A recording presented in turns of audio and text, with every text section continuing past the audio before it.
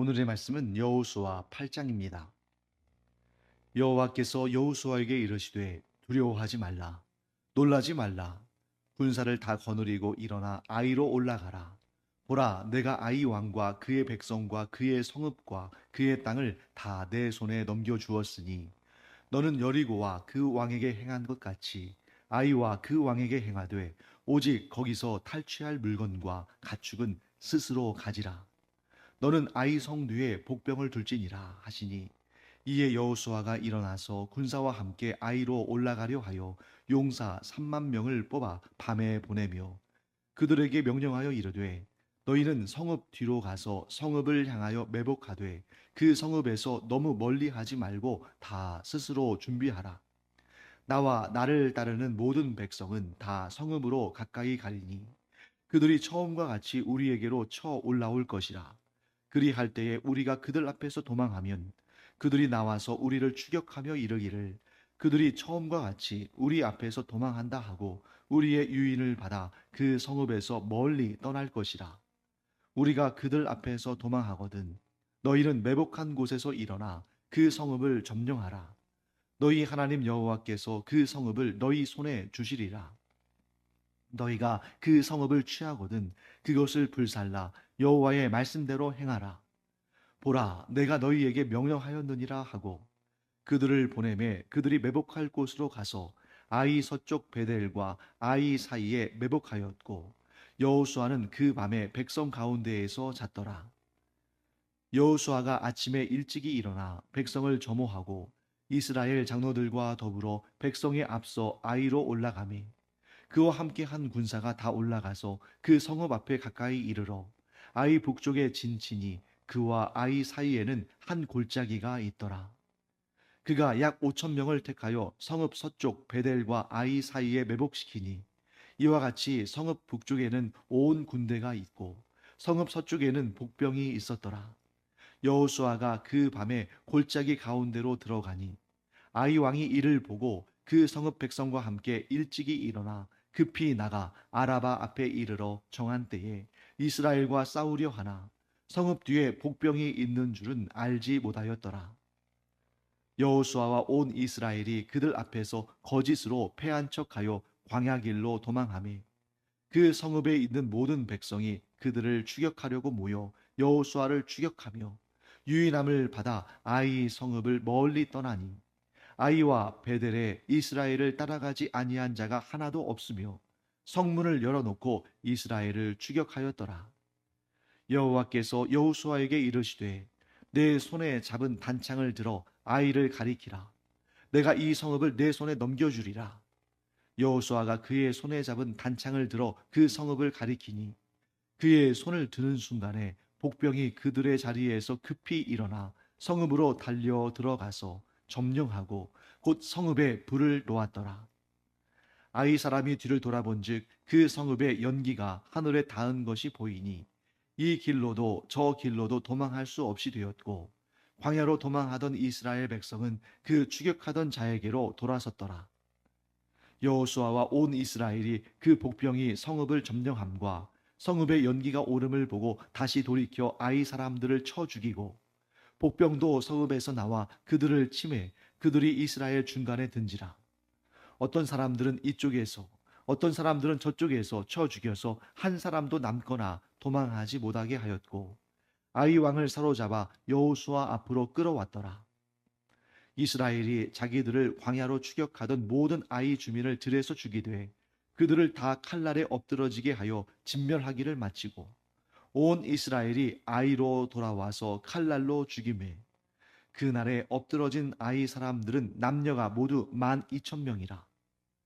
아이 주민들을 진멸하여 바치기까지 여호수아가 단창을 잡아 든 손을 거두지 아니하였고, 오직 그 성읍의 가축과 노력한 것은 여호와께서 여호수아에게 명령하신 대로 이스라엘이 탈취하였더라.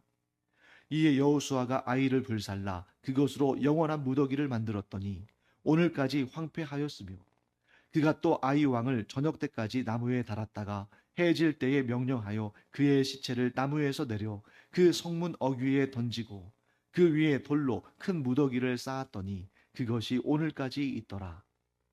그때에 여호수아가 이스라엘의 하나님 여호와를 위하여 에발산에 한 제단을 쌓았으니 이는 여호와의 종 모세가 이스라엘 자손에게 명령한 것과 모세의 율법책에 기록된 대로 쇠 연장으로 다듬지 아니한 새 돌로 만든 제단이라. 무리가 여호와께 번제물과 화목제물을 그 위에 드렸으며 여호수아가 거기서 모세가 기록한 율법을 이스라엘 자손의 목전에서 그 돌에 기록하매 온 이스라엘과 그 장로들과 관리들과 재판장들과 본토인뿐 아니라 이방인까지 여호와의 언약궤를 맨 레위 사람 제사장들 앞에서 궤의 좌우에 서되 절반은 그리심산 앞에 절반은 에발산 앞에 섰으니 이는 전에 여호와의 종 모세가 이스라엘 백성에게 축복하라고 명령한 대로 함이라. 그 후에 여호수아가 율법책에 기록된 모든 것대로 축복과 저주하는 율법의 모든 말씀을 낭독하였으니 모세가 명령한 것은 여호수아가 이스라엘 온 회중과 여자들과 아이와 그들 중에 동행하는 거류민들 앞에서 낭독하지 아니한 말이 하나도 없었더라. 네, 굉장히 긴 본문을 읽었습니다. 그런데 그 내용은 우리가 상당히 또 많이 듣고 알고 있는 내용이죠. 자, 오늘 본문의 말씀은 아이성 전투의 승리를 기록하고 있습니다. 자, 여호수아 8장 이 아이성 전투의 성공, 그 승리는 사실은 7장에 나오는 실패를 딛고 이룬 것이라서 더 의미가 있죠. 그래서 어제 우리가 보았던 여호수아 7장은 감추어진 죄 때문에 실패하고 패배하는 이스라엘의 모습이 나타났다면 이제 이 여호수아 8장에서는 하나님 앞에 자복하고 회개하고 그 죄를 드러냈을 때 하나님께서 그들을 기뻐하시고 그들을 회복시키시는 회복과 승리의 역사를 담고 있는 장이 바로 8장입니다. 자, 하나님은 회복시켜 주시기를 원하시는 분이셔요. 그런데 회복을 그냥 이루지는 않으십니다. 자, 여러분, 우리가 어떤 죄에 대해서 용서할 때 누군가의 죄, 누군가의 허물에 대해서 용서할 때 그 사람이 회개하지 않고 사과하지도 않았는데 용서해져 버리면 그것이 어떤 때는 우리가 이게 바로 예수님을 닮은 용서다. 우리가 그냥 아무것도 기대하지 않고 바라지 않고 용서해 주는 것이 성경적인 그런 가르침이다. 이렇게 생각할 때가 있는데 잘못된 거죠. 왜 그렇습니까? 용서의 마음은 이미 품고 있으나 잘못한 자가 회개하고 돌이키고 사과할 때 용서해 줘야 그 용서의 의미가 있고 그 용서에 힘이 있는 것입니다. 그런데 잘못한 사람이 뉘우치지도 않고 회개하지도 않고 사과하지도 않았는데 무턱대고 용서해 줘 버리면 그 잘못된 습관을 계속 가져가기 때문에 그에게도 좋지 못한 일이죠.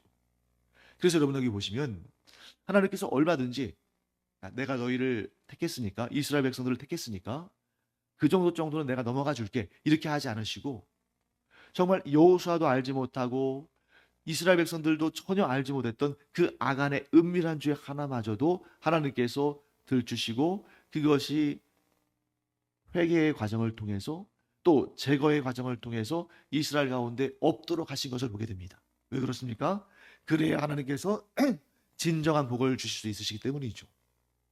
그래서 하나님의 회복은 반드시 죄에 대한 회개와 그 죄를 제거하는 그런 수고 위에 주어지는 것이다. 그렇기 때문에 하나님의 회복은 특별한 의미가 있습니다. 어떤 의미가 있냐면 하나님의 회복은 이전에 죄를 짓기 전에 하나님과의 관계가 나빠지기 전에 그 상태보다 더 좋게 하신다는 특성이 있어요. 죄를 회개하고 하나님과의 관계를 회복하면 오히려 이전보다 더 좋은 관계를, 더 좋은 은혜를 얻게 됩니다. 왜 그럴까요? 교훈을 얻었잖아요. 어떤 교훈입니까? 죄를 가까이 해서는 안 된다. 한번 실패를 해봤기 때문에 더욱더 이 문제에 대해서 더 마음을 다잡을 수 있는 것입니다. 우리가 과거에 이 아이성 전투를 앞두고 아간의 범죄 때문에 그 전투에서 패배한 적이 있었는데 이제 그래서는 안 된다. 그래서 여러분, 하나님께서 참으로 기뻐하시는 사람은 어떤 사람이냐면 깨닫는 마음이 있는 사람이에요. 하나님의 말씀을 듣고 그 말씀으로 인해서 깨달음을 얻는 것. 그것을 예수님께서 뭐라고 표현하십니까? 들을 귀 있는 자들이라고 표현하신 것입니다. 들을 귀 있는 자들이 복된 것입니다. 그런데 하나님께서 이렇게 말씀하심에도 불구하고 회복의 기회를 주심에도 불구하고 하나님의 말씀에 귀를 닫아버리고 하나님의 말씀을 들었어도 깨닫지 못한다면 그는 하나님의 이 위대한 회복의 역사를 이루지 못하겠죠. 경험하지 못할 것입니다. 그래서 여러분, 우리가 연약한 자들이고 이 세상을 사는 동안에는 죄와 허물이 없을 수 없는 그런 자들이죠. 그럼에도 불구하고 하나님께서 우리에게 죄에 대해서 우리의 허물에 대해서 경고하실 때에 그 말씀을 듣고 돌이키고 회개하고 하나님께로 더 가까이 나아가려고 애쓸 때 하나님께서는 그를 회복시켜 주시는데 이전의 상태보다 더 좋게 하신다. 왜? 교훈을 얻고 하나님의 말씀을 듣고 하나님의 말씀대로 순종하고자 하는 그런 마음 자세를 하나님께서 기쁘게 여기시니까. 그래서 여러분, 이 아이성 전투는 이스라엘 백성들에게, 여호수아와 이스라엘 백성들에게 너무나도 큰 충격이고 너무나도 큰 고통이었지만 그 충격이 크고 그 고통이 클수록 그 문제들을 잘 정리하고 하나님과의 관계를 회복하면 이전보다 더 좋은 관계, 이전보다 더 놀라운 은혜를 얻게 되는 그러한 복의 기회가 되었다. 그래서 하나님께서는 어떤 분이십니까? 이 실패를 도리어 성공의 기회로 삼으시고 과거에 그들이 가졌던 그 고통과 슬픔, 그것과는 비교할 수 없는 더 놀랍고 더 큰 은혜와 복을, 기쁨과 감사를 누리게 하시는 분이시다. 우리가 이 부분에 있어서 아이성 전투를 통해서 이스라엘 백성들만 교훈을 얻을 것이 아니라 우리도 교훈을 얻어야겠죠. 그래서 항상 우리가 하나님은 회복해 하시는 하나님이신데 우리가 우리의 죄와 허물을 고백하고 회개하고 하나님과의 관계를 위해서 우리가 더욱더 힘을 쓰고 애를 쓸 때 하나님께서 우리를 회복시켜 주시는데 이전의 상태보다 더 좋게 하신다. 그리고 우리는 이런 과정을 통해서 더욱 성숙해 간다. 과거의 죄를 반복하지 않고 그것을 교훈 삼아서 더욱더 하나님 앞에 바로 서려는 그런 마음을 갖는 자, 그가 바로 복된 자다 하고 우리가 또 마음속에 새겨두기를 바랍니다. 자, 그래서 하나님께서 이제 1절과 2절 말씀에 여호수아에게 이렇게 말씀하십니다. 두려워하지 말아라. 놀라지 말아라. 이제 너희 가운데 그 아간의 죄를 제하였으니 내가 너희와 함께하고 너희를 회복시키고 오히려 이전보다 더 강하게 하고 더 너희들과 함께할 것이다. 내가 그 땅을 너희에게 넘겨줄 것이다 하시면서 여호수아에게 승리의 비결을 말씀해 주십니다. 2절 말씀 후반부에 보시면 어떤 내용이 나옵니까? 아이성 뒤에 복병을 두거라. 여러분, 하나님께서는 우리와 함께 하실 때에 아무 계획 없이 그냥 될 대로 되라, 어쩌다 보면 되겠지, 이렇게 반응하시는 것이 아니라 하나님께서 우리를 도우실 때에는 아주 확실한 계획들을 가지고 계시고 그 하나님의 계획은 누구도 무너뜨릴 수 없고 누구도 방해할 수 없고 누구도 이겨낼 수 없습니다. 이 계획이 하나님께로부터 왔기 때문에 이 계획은, 이 전술은 반드시 승리할 것입니다. 3절부터 25절까지 내용을 보시면 이 하나님의 지혜에 따른 전략으로 대승리를 거두는 내용이 나오죠. 그런데 이 여호수아서를 읽을 때마다 우리가 마음에 좀 걸리는 게 있어요. 그게 뭐냐면 그냥 대승을 거두고 그 성을 차지하고 하나님께 영광 올려드리고 하나님께 예배드리고 그러면 좋겠는데 멸절이라는 내용들이 나오잖아요. 이게 마음에 걸린단 말이죠. 왜? 우리는 구약의 하나님뿐만 아니라 신약의 하나님, 이 계시의 점진적인 연결성과 점진적인 그런 발전을 통해서 이 하나님의 원뜻이 진정한 사랑이고 진정한 은혜라는 것을 알지만, 그런데 이 구약 시대에 아직 이 신약의 단계로 그 점진적인 발전이 이루어지기 좀 초기 단계, 이때에는 멸절의 명령이 나와 있기 때문에 좀 우리가 마음이 좀 이렇게 이 말씀을 어떻게 받아들여야 할까 하는 그런 경우가 생길 수 있죠. 그런데 역으로 한번 생각해 보세요.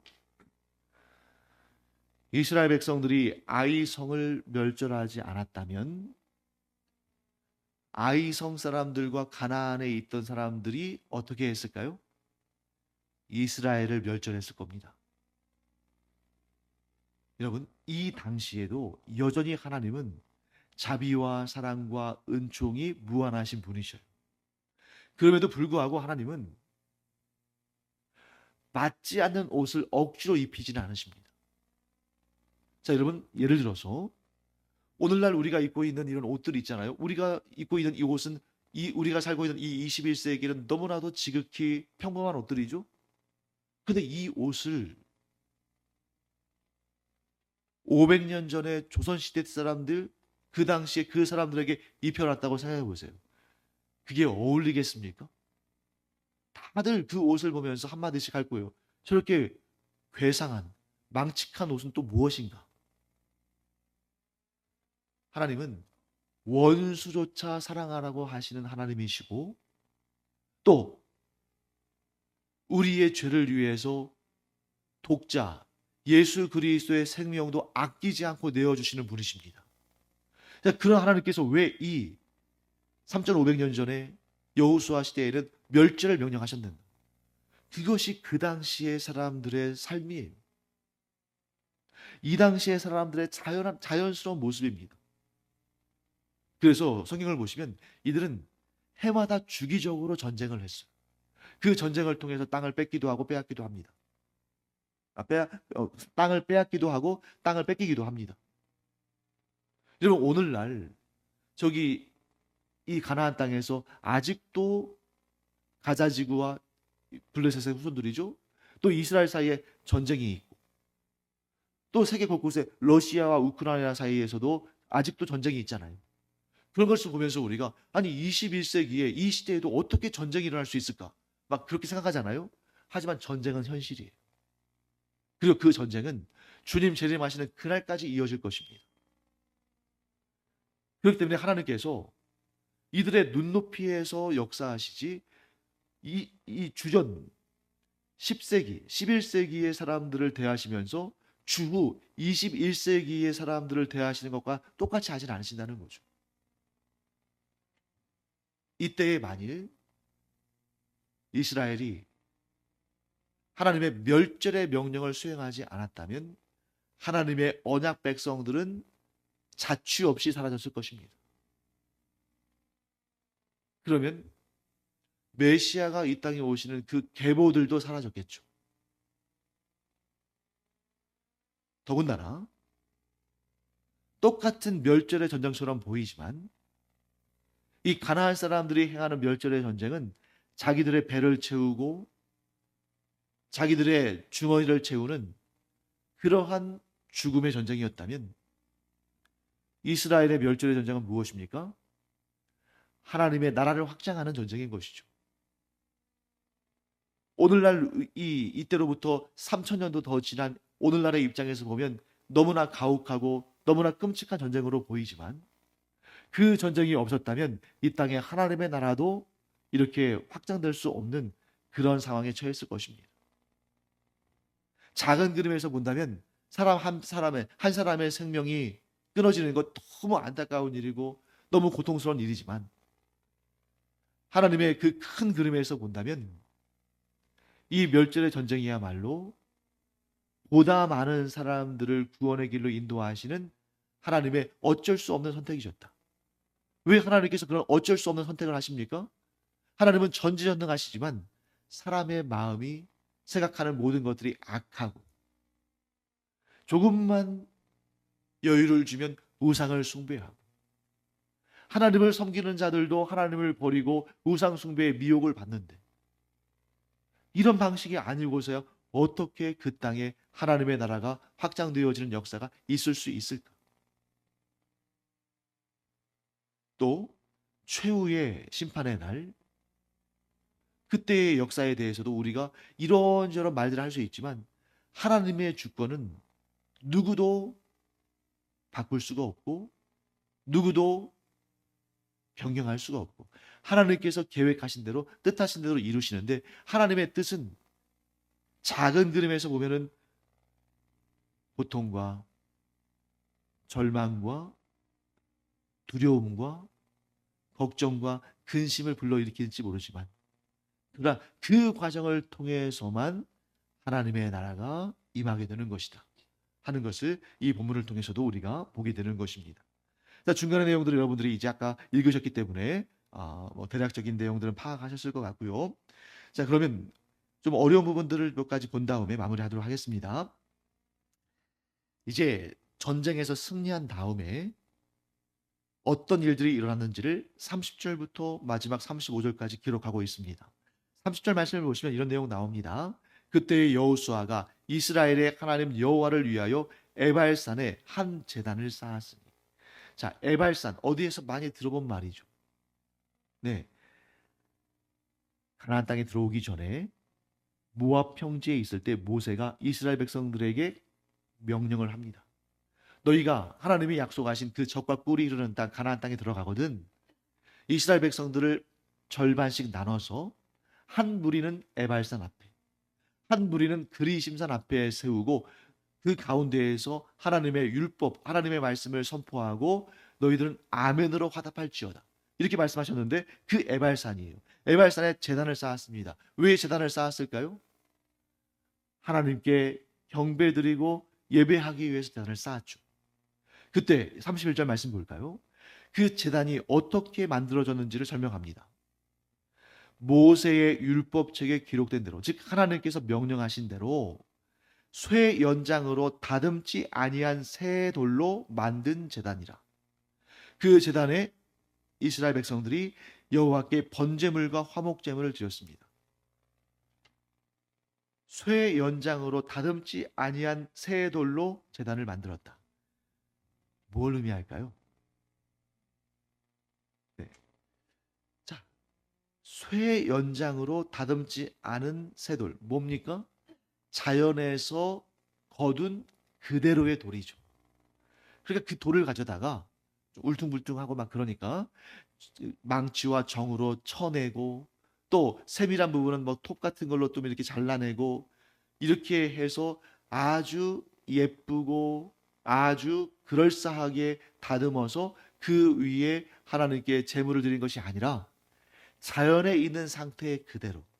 그러니까 아마도 이렇게 자연에 이렇게 놓여져 있는 그런 돌들 가운데에 너무 작아도 안 되고 너무 커도 안 되고 하나님께 제물을 드리기에 적합한 그런 크기의 돌을 아주 세심하게 골라다가 놨겠죠. 그럼 그건 뭐냐? 바로 이것입니다. 하나님께 제사를 드리고 제물을 드리기 위해서 세워진 그 돌 제단조차도 하나님의 은혜의 결과라는 거예요.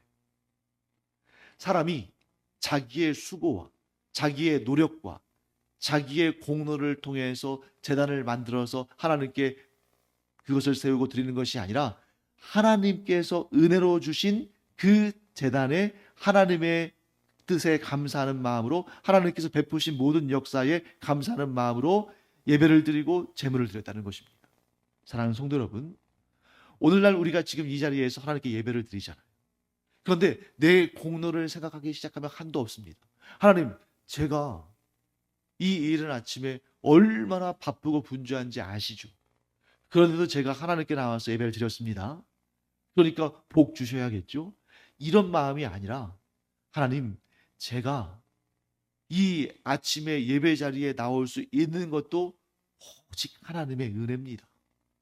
하나님께서 저에게 생명을 주셨고 하나님께서 저에게 이렇게 건강을 주셨고 하나님께서 저에게 예배드릴 마음을 주셨고 하나님께서 우리 교회를 세워주셨고 하나님께서 이렇게 평안한 가운데 전쟁이나 이런 재난이 없이 이렇게 평안한 가운데 일상의 예배를 드릴 수 있도록 하나님께서 은혜를 베푸셨기 까닭에 제가 예배를 드릴 수 있는 것입니다. 이런 마음으로 예배를 드려야 하는 것이 참된 예배자의 마음이라는 것이죠.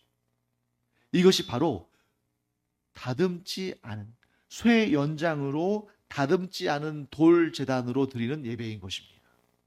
사랑하는 성도 여러분, 우리의 예배가 여호수아와 이스라엘 백성들이 아이성 전투에서 승리한 다음에 하나님께 드린 예배와 같이 쇠 연장으로 다듬지 않은 그 돌 제단 위에 제물을 드리는 것 같이 내가 나의 것을 희생해 가면서 하나님 때문에 내가 누리고 싶은 것들 누리지 못하면서 이렇게 수고하고 애쓰고 손해보면서 하나님께 예배드리는 것 아시죠? 이런 마음이 아니라 저의 생명 자체가 하나님께서 은혜로 주신 것이고 이렇게 예배하는 것 자체도 하나님께서 은혜로 인도하신 것이고 제가 하나님께 예물을 드려도 이 모든 것 하나님께서 주신 것들 가운데 일부를 성별하여 드린 것이니 이 모든 것이 하나님의 은혜입니다. 온전한 하나님의 은혜입니다. 그러므로 제가 온전히 감사하는 마음으로 무엇도 바라거나 구하지 않는 마음으로 하나님께 예배를 드립니다. 여러분, 이런 마음으로 예배를 드리면 그가 아무것도 바라지 않고 아무것도 구하지 않는다 할지라도 하나님께서 가장 좋은 것으로 채워주지 않으시겠습니까? 즉 중요한 것은 뭐냐면 하나님과의 관계에 있는 것이지 사람의 성취하고 이룬 그러한 결과에 있는 것이 아니다. 하나님께서 왜 이스라엘을 하나님께 바쳐진 것으로, 즉 그들도 멸절하실 것으로 그렇게 여기셨습니까? 아간의 죄 때문이었습니다. 뭘 말씀하시는 거예요? 너희가 아무리 전쟁에서 크게 승리하고 너희가 아무리 전쟁에서 많은 것을 탈취한다 할지라도 하나님과의 관계가 좋지 않으면 그 모든 것들은 다 헛것이다. 그러나 하나님과의 친밀한 관계가 있다면 너희는 아무것도 염려하지 말고 모든 것에 감사와 기쁨과 기도함으로 내게 나오면 내가 너희가 구한 것은 물론이거니와 너희가 구하지 않은 것까지도 내가 모든 것을 너희에게 더하여 줄 것이다. 쇠 연장으로 다듬지 않은 돌제단을 세우고 그 위에 오직 이 모든 것은 하나님의 은혜입니다 라고 고백하며 참된 예배와 예물을 드리는 그런 우리가 되기를 간절히 축원합니다. 이제 이 여호수아 8장을 마무리하면서 몇 가지 또 정리해 드리겠습니다. 하나님을 섬기는 자들에게는 실패는 끝이 아니라 다시 회복하고 승리할 기회다. 그런데 그것은 저절로 이루어지는 것이 아니라 무엇입니까? 죄를 고백하고 회개하며 하나님과의 관계를 회복할 때 실패가 끝이 아니라 성공할 기회로 주어진다 하는 것입니다. 그래서 성공의 유일한 조건은 하나님의 말씀에 순종함으로 하나님과의 관계를 회복하는 것이다. 우리가 지금 누리는 성공, 지금 경험하는 실패 아무것도 아닙니다. 정말 중요한 것은 무엇입니까? 하나님과의 관계가 더욱 친밀해지는 것이고 그 하나님과의 관계가 더욱 친밀해지는 것은 이거밖에 없는 거죠.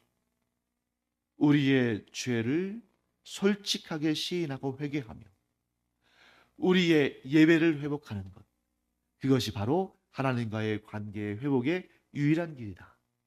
하나님과의 관계가 회복됨으로 말미암아 우리의 삶의 모든 것이 심지어 실패까지도 고난까지도 하나님께서 주시는 복이 되게 하는 그런 우리가 되기를 간절히 축원합니다. 기도하겠습니다. 하나님 감사합니다. 저희도 살아가면서 때로는 실패도 경험하고 여러 가지 문제들을 경험합니다만 그러나 그럴수록 더욱더 저희가 하나님과의 관계가 올바른지 그렇지 않은지를 점검하고 회개하지 않은 죄에 대해서는 회개하고 순종하지 않은 하나님의 명령에 대해서는 순종함으로 하나님과의 관계를 회복하는 저희들 되게 하여 주시옵소서. 하나님과의 관계만 회복되어 있다면 어떤 문제, 어떤 실패, 어떤 고난 앞에서도 저희는 두렵지 않을 수 있습니다. 왜냐하면 하나님께서는 얼마든지 그 모든 것들을, 우리 보기에 가장 힘든 그런 것들까지도 가장 좋은 복들로 얼마든지 바꿔주시는 분이신 줄을 저희가 믿기 까닭입니다. 그러므로 저희가 언제든지 하나님과의 관계를 힘쓰는, 회복하는 저희들 되게 하여 주시옵소서. 감사드리며 예수님의 이름으로 축복하며 기도합니다. 아멘.